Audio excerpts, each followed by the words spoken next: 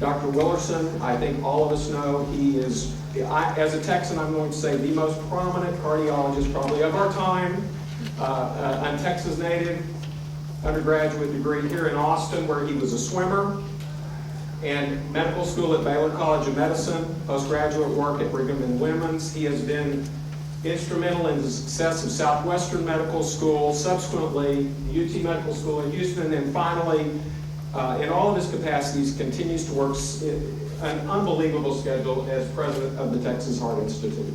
He has 921 publications. The magnitude of that, the quality of it, unbelievable. He has served as the editor of Circulation. We are very proud to have you here today, Dr. Willerson.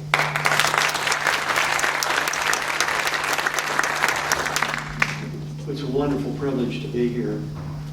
People have thanked me for coming, but really the thank yous are to you.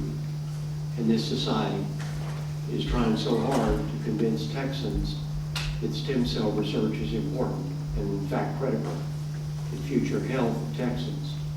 So I want to congratulate you all, Representative Hardcastle, Senator Watson, David, with a very nice introduction.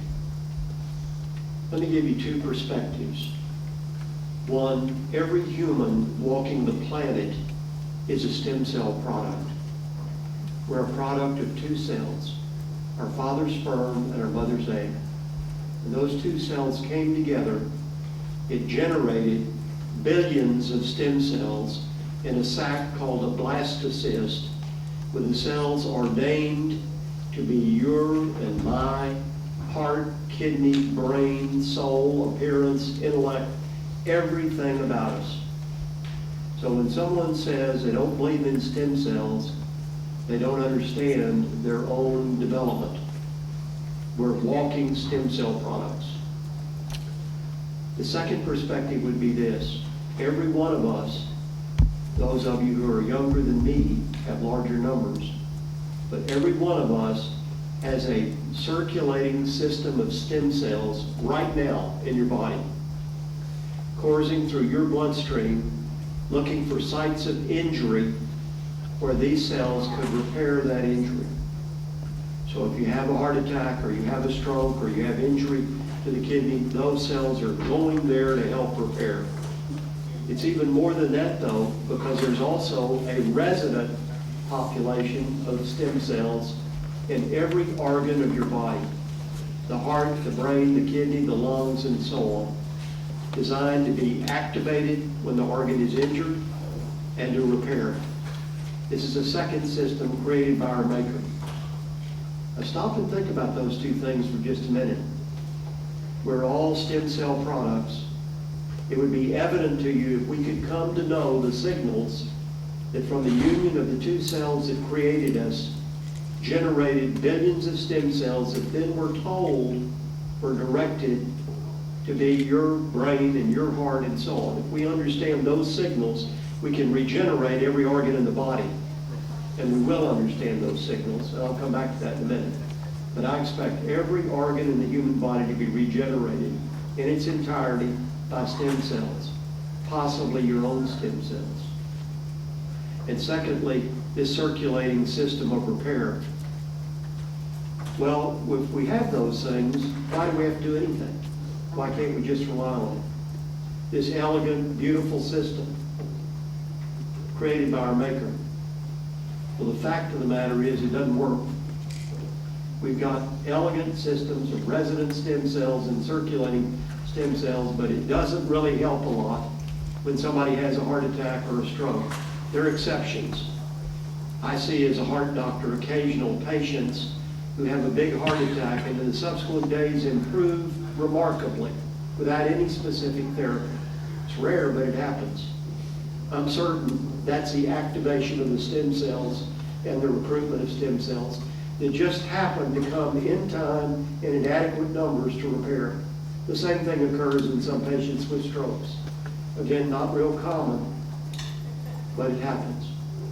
And why doesn't it work generally? Because the number of cells that arrive are not sufficient and they don't arrive in time. With a stroke, you have a short period of time to arrive and repair. And it's it's too short to really be influenced significantly by the numbers of cells that will be available. The same thing's true of a heart attack, which begins on the inner wall of the heart and progresses outward to the outer wall, all complete in about 4 hours. And there just aren't an adequate number of cells there in that time frame to repair. So we have to build on it. But I think we were meant to discover this. It would be somewhat like our ancestors entering a world that was cold and dark, didn't have automobiles or TVs or lights, but were meant to find it, the potential existed, and to develop it. I think the stem cell issue is the same thing. And so I'm going to talk for a few minutes about all of this with you. In 1996, research partner of mine, Dr. Willerson of the Texas Heart Institute, a very fine interventional cardiologist and a Brazilian, and a young man we have trained, and I petitioned the Brazilian government to let us create a research relationship in Rio de Janeiro, Brazil, in the Hospital Pro Cardiaco, Heart Hospital, where we would work from the Texas Heart Institute to try to help people with heart and vascular disease. Brazil's a big country. It's bigger than the United States. It's got all the Western diseases. And patients with coronary heart disease and heart failure, and they're on a transplant list, but they're never going to get a heart transplant, nor are they going to get an assist device. So they get the best medicines possible, but it's not enough. End-stage heart failure is a situation in which the heart, your heart, has changed from being fist-sized and contracting vigorously and relaxing vigorously to becoming progressively larger, and the people we've been treating have basketball-sized hearts in their chest. Their whole chest is filled by their heart. It just quivers at the top. Heart disease and vascular disease are the #1 killer in the United States and throughout the world. Cancer second or third, depending on where you look. They're the two major killers of our time, but heart disease is the most prominent. And not just for men, although 1 out of 2.5 to 3 men have heart and vascular disease. It's even worse for women. There are 5 million women in the United States living with cancer right now. You know how many women there are living with heart and vascular disease? 5 million with cancer. There are 44 million women with heart and vascular disease in the United States alone. Quite a disparity. If you're a woman, you're 5 times more likely to die of a heart attack than of breast cancer. Did you know that? And if you're a woman, you're more likely to die of heart and vascular disease than you are of a combination of cancer, dementia, pulmonary disease, diabetes, and by accident. Heart and vascular disease are underestimated by the people in the United States in terms of the threat it represents, and then the need to develop successful therapies. By year 2000, our stem cell work was moving along very well with animal models. Dr. Perrin and I were now convinced that we could treat an animal, rabbit, goat, rat, mouse, with a heart attack with their own stem cells and provide significant repair without harm. And so in year 2000, we went to the leaders in Brazil in this heart hospital and asked permission to treat humans with heart failure, the big, dilated, quivering heart, with their own stem cells. We wanted to take from their bone marrow, from their hip, a sample and separate out cells with a single nucleus, some of which would be stem cells.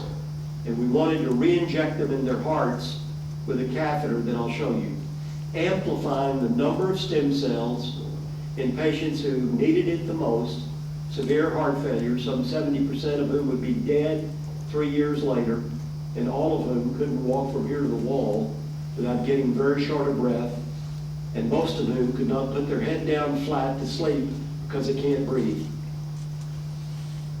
After 6 or 7 months of questions and 10 different Brazilian committees, we were given permission to proceed. And we treated 4 patients for safety first, followed by 14 with their own bone marrow-derived stem cells They're their own cells. They don't need any new medicine, no immunosuppressive medicine. They went home the next day. We had 7 controls. And within 2 months, the patients we treated had significantly better blood flow to their heart, I'll show you in a moment, and better contraction of their heart. And some who couldn't walk from here to this wall were jogging on the beach in Rio.